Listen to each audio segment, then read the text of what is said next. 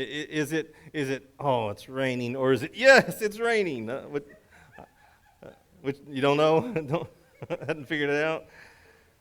624 was, it just seemed flooded all the way. It was just 50, 55 miles an hour. But once we got to whatever this one is out here, 59 or whatever it is, so it was okay. So it wasn't too bad.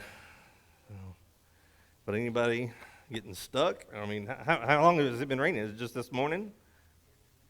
Because, I mean, it rained all night long where we were, all night. So, well, I'm glad to be here. Are y'all glad to be here? Amen. In the house of the Lord. Amen. Yeah, we got a lot of people, I guess, think they made of sugar. I don't know. There ain't a one of us made of sugar, I can promise you.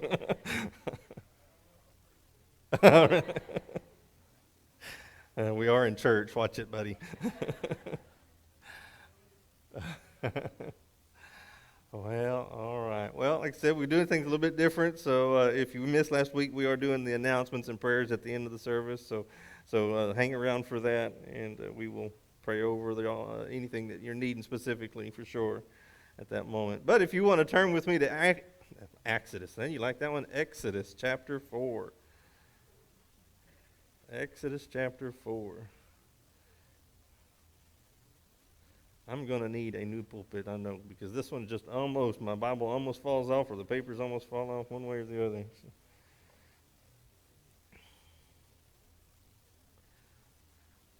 Exodus chapter 4. I know everybody says, well, get a smaller Bible. Then I can't see it. I got to have this.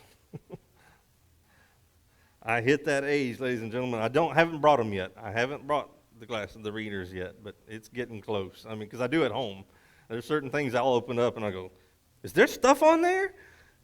I hand it to my kids. Take it over there so I can see it.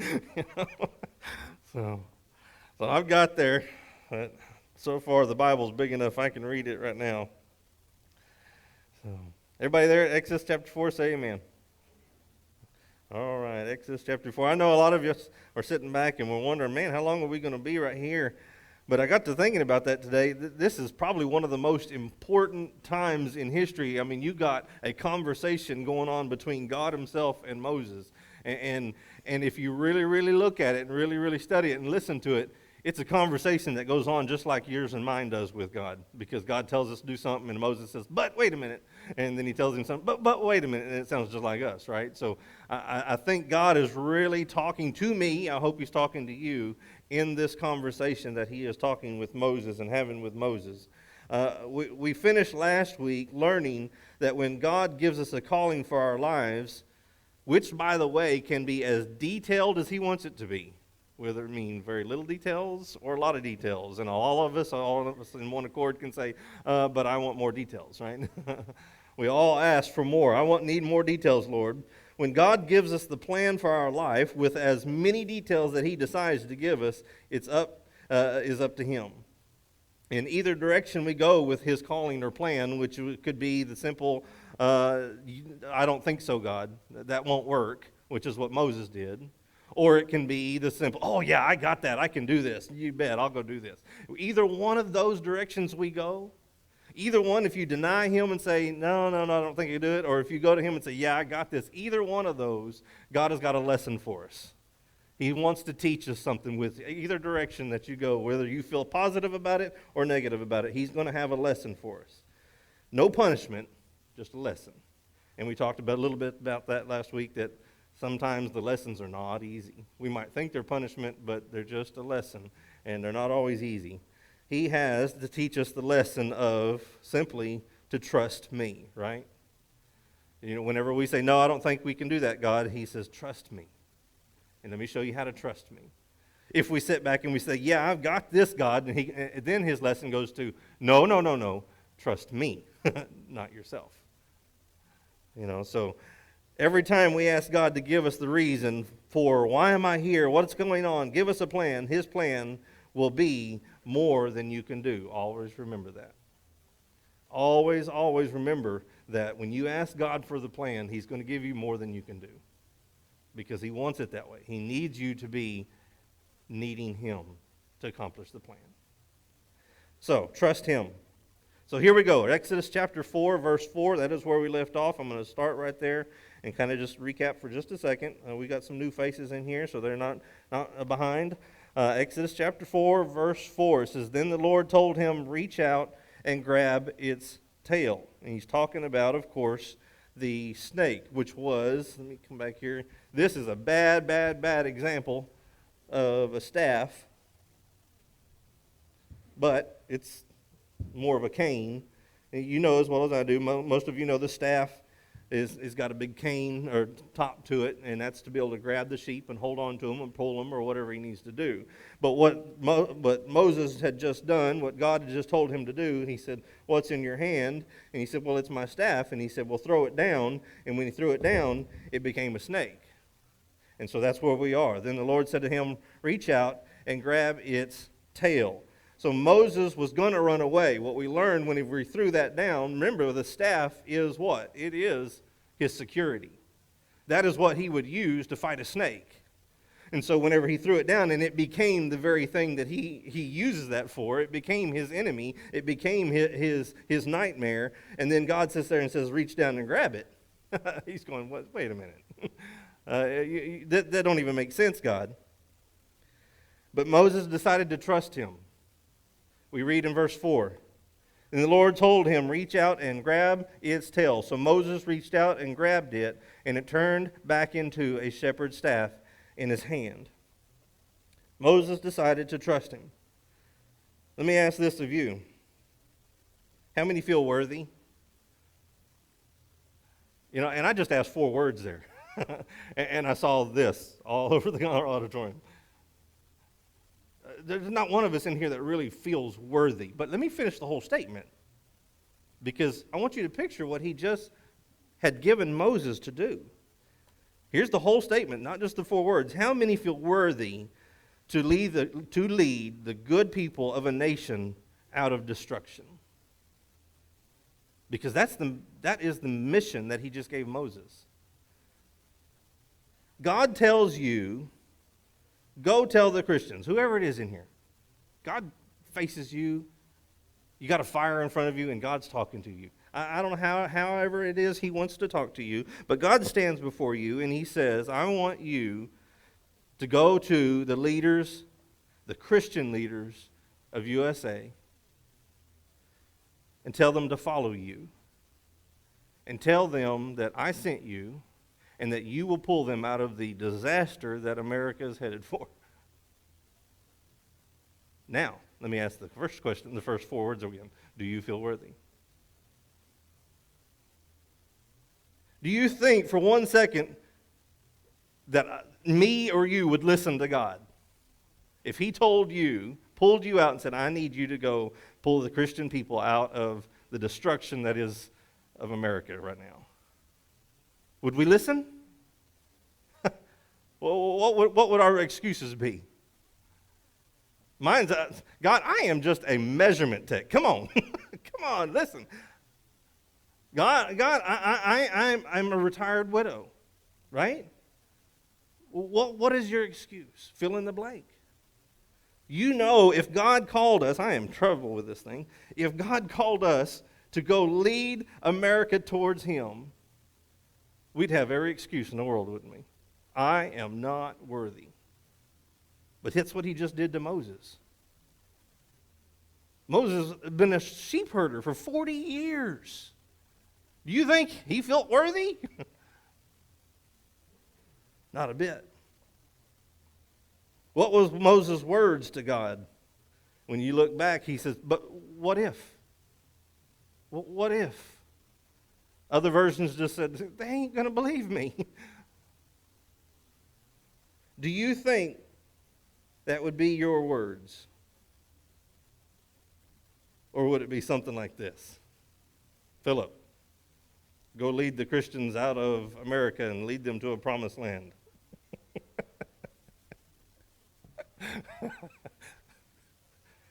You don't know who I am, right? That we would probably start out hysterically laughing at God, right? You ain't got a clue who you're talking to, do you? What makes you think I can do that? That was Moses.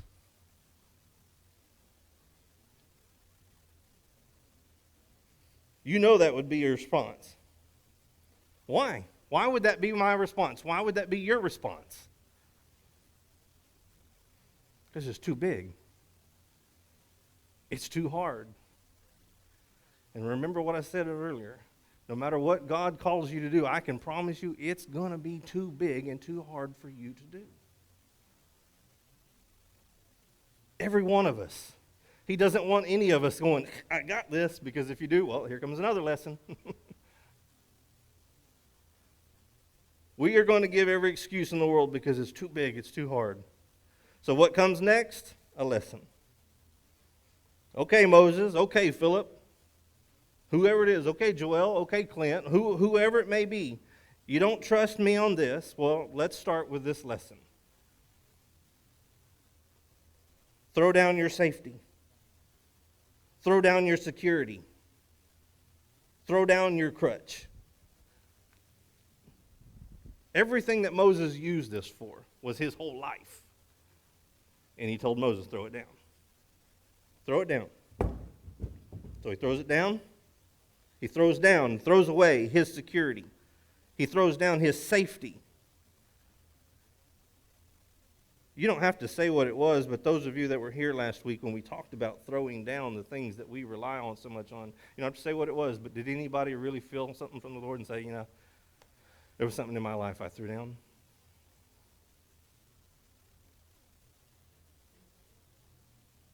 But did anyone trust him and leave it down? That was hard, right? It's hard to let go of something and to throw down something that God says, you don't need this in your life anymore.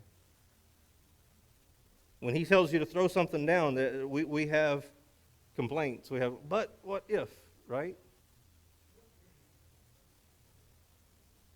So God is saying, okay, if you actually threw something down, if you trusted me and you threw it down like Moses did, he says, now it's time to trust me a little bit more. Something a little bit harder. Moses was able to throw it down and said, okay, you know what? I'm going to trust you, God. I'm not going to rely on this anymore. God, I'm going to throw this down. And he threw it down, and he threw down his security, and he says, now pick up. What? Not his security anymore. What is it now he's going to be picking up? It's his enemy now. It's his threat. When God sometimes asks us, hey, I want you to stop relying on that and rely on me. And sometimes, like Moses, we get enough braver and we throw it down and say, okay, I'm going to trust you, God. I want to trust you, God. But then when he turns around and he says, now I want you to go pick up your enemy. It's like, whoa. Wait a minute. You're wanting me to trust getting rid of my security, but now you want me to go pick up the very thing that scares me to death, the very thing that is my enemy, the very thing that is against me? How many of us have ever had to throw down what we was relying on, and then God sat there and said, now go face your enemy square in the face. Go pick it up.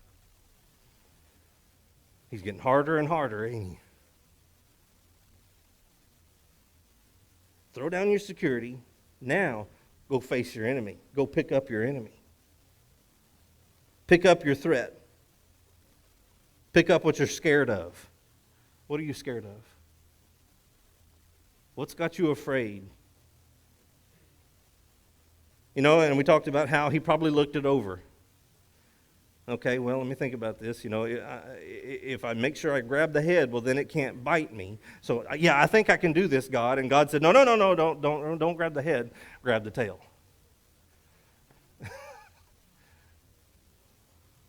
You're making this harder and harder, God. And God says, no, I'm not. I'm needing you to trust me.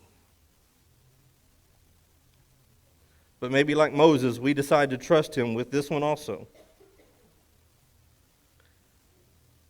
I mean, maybe we look at that snake. Maybe we can look at that fear and we can go, okay, I'm going to trust God because this is a snake and that's a whole lot better than leading a nation, right?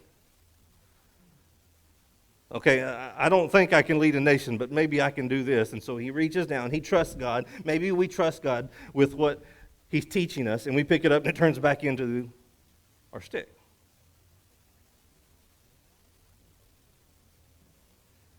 So this lesson, we decide to trust him again, like throwing down the security. Well, we decide to grab the snake.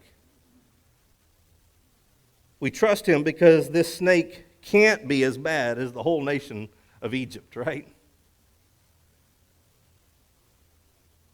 Look at verse 4 again. So Moses reached out and grabbed it, and it turned back into a shepherd's staff in his hand. Now, what is amazing about the obedience to this lesson is this. Every time that we don't learn a lesson, every time that you and I don't learn a lesson, we miss out not only learning to trust, but we miss out getting the tool that we need to go forward.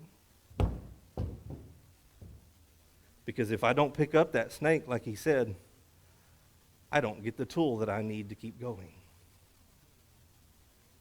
Did you hear that? When we mess up and we go, you know what, I can't trust you and I can't go lead the nation. And he says, okay, let me teach you a lesson. And he says, throw down your stick. And we're able to do that. We're able to throw down the stick. Okay, I'm going to trust you. And he says, now pick up the snake. And we go, no, I can't do that, God.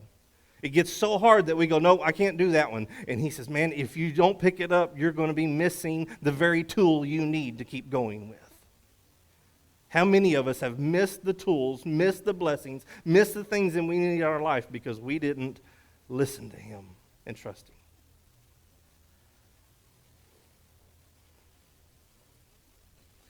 Moses learned the first lesson, so he trusted him in this lesson and gained the tool that he needed. Listen to this. I love this statement.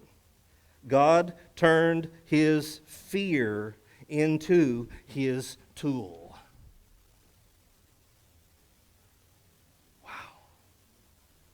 How many fears that if we will listen to God and face them, he uses that actual fear and makes it your strong, your strength, your tool.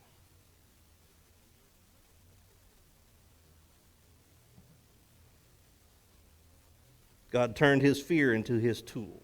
How many are fearful of doing something?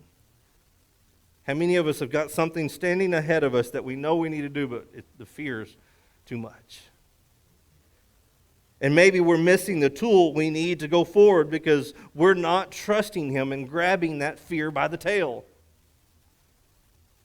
What are you scared of doing?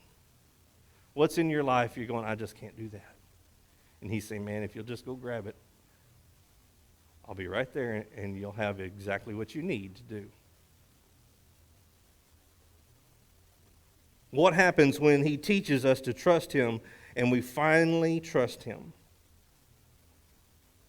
Moses was basically saying, no, I can't go lead Israel. And so God said, okay, wait a minute. Let's learn some lessons.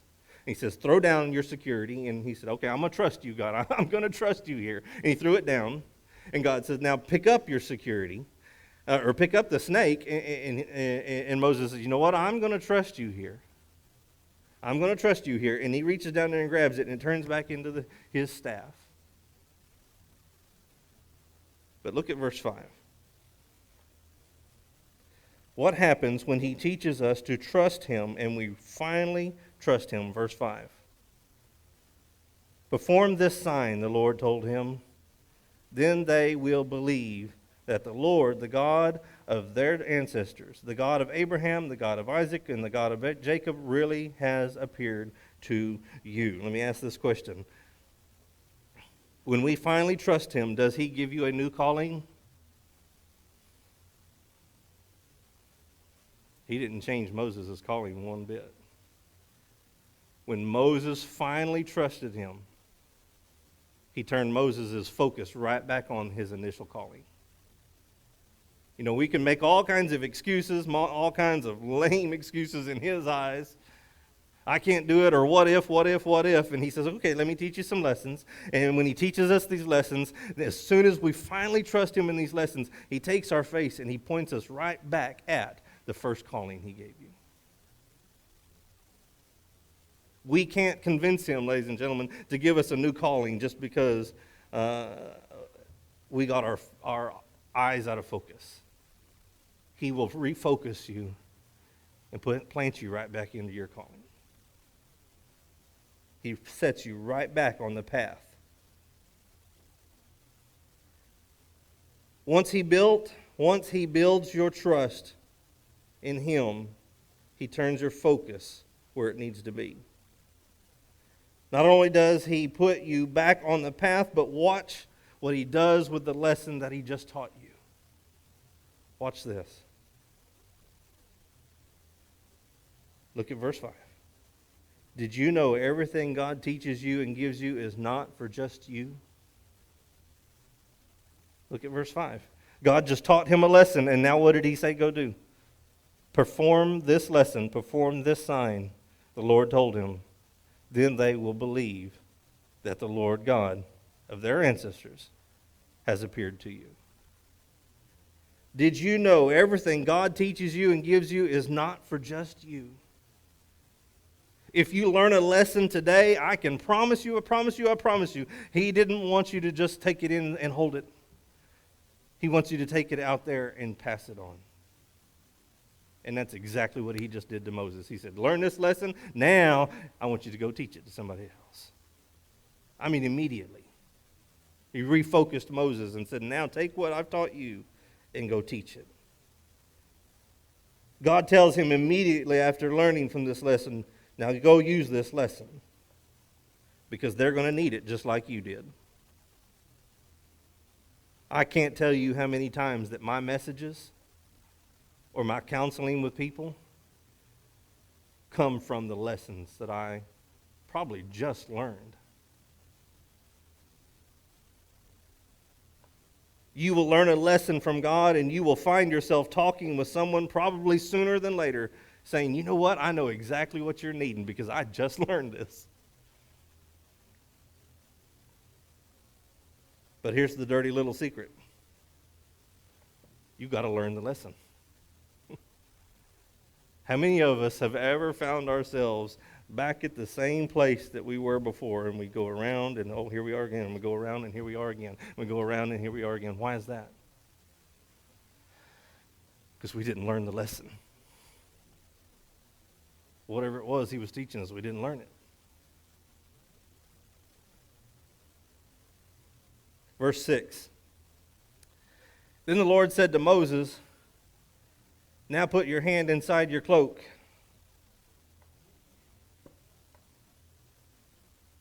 I'll go ahead and finish it out. Go ahead and finish that whole verse. It's kind of a longer verse.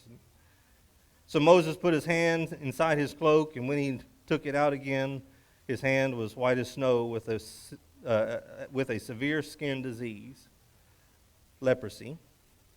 Now put your hand back into your cloak, and the Lord said. So Moses put his hand back in, and when he took it out again, it was healthy as the rest of his body. Okay, we learned trust the Lord when things could hurt us, right? We throw down the stick, and it turns into a snake, and we go, wait a minute, that could hurt. And he said, trust me, it won't. And so he trusted him. And maybe we've learned some of those lessons. Maybe we've learned, wait a minute, God, that could hurt. And he says, just trust me. And maybe we picked up the snake. Maybe we faced our fears and we went after it. And we've learned now that we can trust him when things could hurt. But now he's showing Moses, you've got to trust me when things do hurt. Because what did he just do?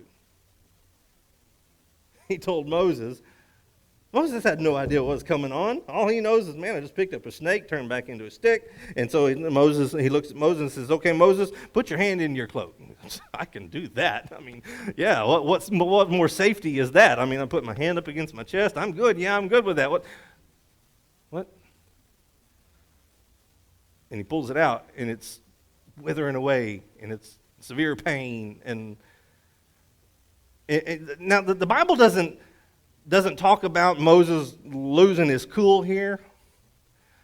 It pretty much just says he looked at it and God said to put it back in and everything was okay. But if that was my story, if Philip was there, there'd be a whole new story written out. I don't know about you and me or you, but I know about me. Because if God would have said, put your hand in my coat, I'd have been, I can do this. What happens every time we go, I can do this? lesson. Because then I'd have been going, ah! I'd have been panicking. I'd have been going, what are you doing? You destroyed my hand. What are you doing, God? I'm panicking. I'd have been going, this is my right hand. Well, I should have used my left hand and done this and went, now I got both hands. The whole story would have been totally different with me. I don't know about you, but I'd have panicked. I'd have lost it. I'd have been telling God off. I'd have been, what are you doing here? But in the end, he tells him, put it back in. I put it back in, and I'd be better off. Actually, I'd have probably asked the question, what, you want to make it fall off this time? I mean, no way, I'm not putting it back in there, you know. How many would trust him after feeling pain when you obey him? It gets tough now, doesn't it? Wait a minute, God, I just obeyed you, and now I'm in pain because of it. He showed us to trust him when there could be pain, and he showed that there wasn't any. And then he showed him, when you do what I say, there can be pain at those moments also. And are you going to trust me? Moses just simply said, sure, I'll put it back in there and put it right in. And he was good to go. Like I said, if it was me, it would have been a totally different story. I don't know if I'd have put my hand back in there. Verse 6 says, trust the Lord when things do hurt, especially when they come from obedience. That's hard. You trust God, you do what he says in pain. Wait a minute. What are you doing, God? Can you imagine doing what God says do, and that very thing hurts? How many of us would keep going? Or how many of us would say, God, you just failed me? Be honest. Being scared of the snake but not getting bit is one thing.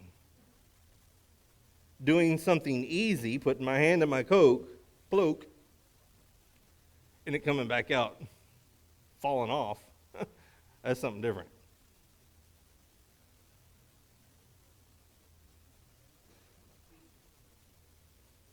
And Moses kept his calm. But I don't think I would have. How about you? Verse 7. Now put your hand back into your cloak. And the Lord said, let me see. Now put your hand back into your cloak, the Lord said. So Moses put his hand back in, and when he took it out again, it was as healthy as the rest of his body. Okay, God, now what was that for? What was that lesson for? I trusted you. Why did I have to go through pain doing what you said? That ain't a good way to convince me to trust you, is it? So we ask God, what was that pain for? And look at verse 8. The Lord said to Moses, if they do not believe you and are not convinced by the first miraculous sign of the stick and the snake, they will be convinced by the second sign. So we ask God, what was that pain for? And he says, oh, that lesson was for them. That lesson wasn't even for him. That was for the ones he's going to talk to. If and when they don't trust you and they don't trust me, Moses says, oh, okay, I got it. I got it. I can do that. Again, I find a different story if that was me. Because I may have had faith in throwing down the stick. I may have had faith in picking up the snake and didn't get bit. But whenever I put my hand in my coat and come back out and I'm full of leprosy and my hand's going to fall off, I might have a different story than Moses had here. This would be me probably. Okay, I need to lead the church. Okay, what if they don't believe me? And he says, okay, let me show you a sign to give to them. And he gives me the snake. The stick and the snake, and I've got it, and so, okay, we do that. But some of you, some of the people, whoever doesn't want to follow me, here's my story. Here's what Philip would do. I'm going to pick on Alma and Joe here. I love them. There's nothing. They love me, and I love them. But I tell them, this is what I want to do, and they go, you know what, I just don't believe that stick and snake thing. And I'm going to sit there and go, "You sure? Let me show you again." You see the stick? Oh, now it's a stick. And they go, "No, I don't believe that." I'm going to go, "I don't want to do this next thing." How often do we do that? How often, when it's easy to show somebody Jesus, when it's easy to show somebody the miracles of God, but when it actually hurts, we go, "Hey, man, I don't know." I don't know if Alma and Joe are worth it. They can just stay behind.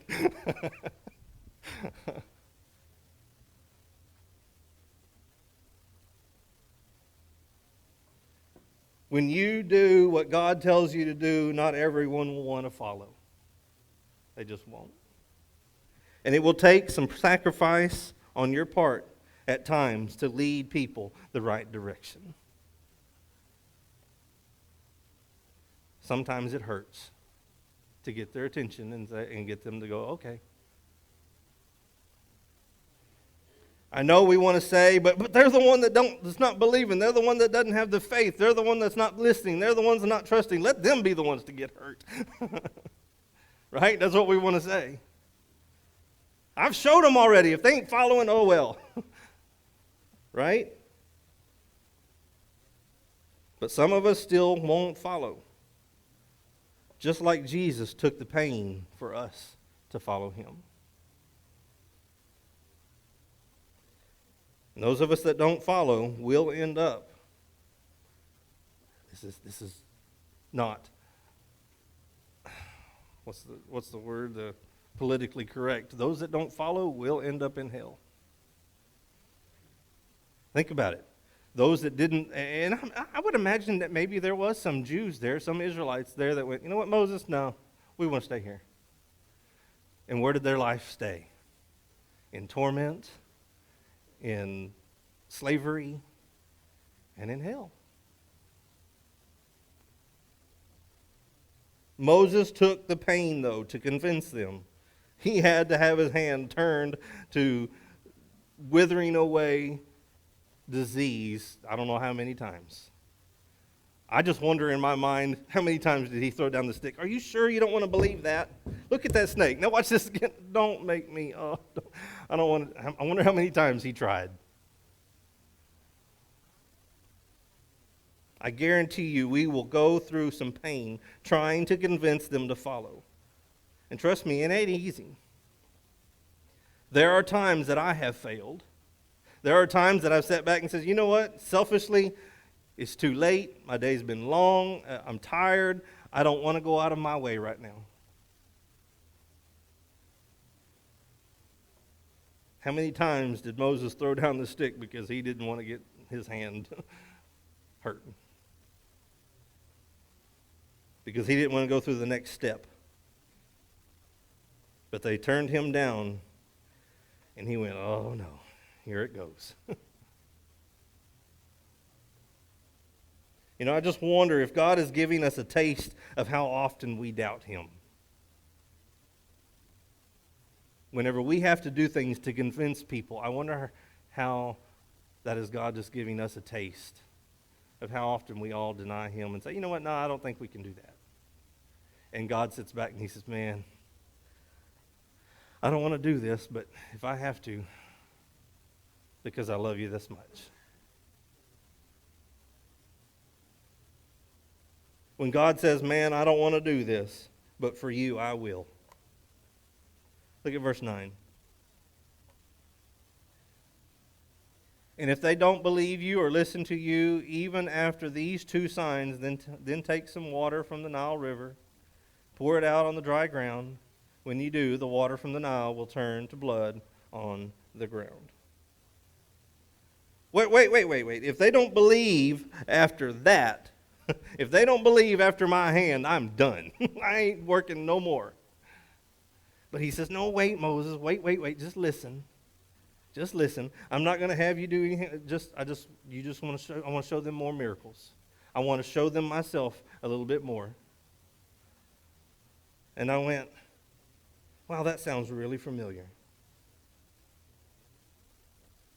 You know what? I'm almost done. So, band, if y'all want to come on up, I'm gonna close and just. We're about that time. That story of Moses giving signs with the stick and the snake, and then the story of Moses putting his hand and taking on the pain for us to lead us, for us to follow him. And then right afterwards, God gives more signs. So you got signs and miracles and wonders, then you have the pain, then you have more signs and miracles and wonders. And it sure sounds a whole lot like the story and the life of Jesus Christ. You've got the Old Testament that says, look at me, I am God, signs and miracles and wonders. And then you have the New Testament, the beginning of the New Testament, you've got Jesus, and he says, I will take your pain. And then you have from the New Testament on into our life, and God, you know as well as I do, God is showing you signs and miracles and wonders all around you, saying, look at me, look at me, look at me.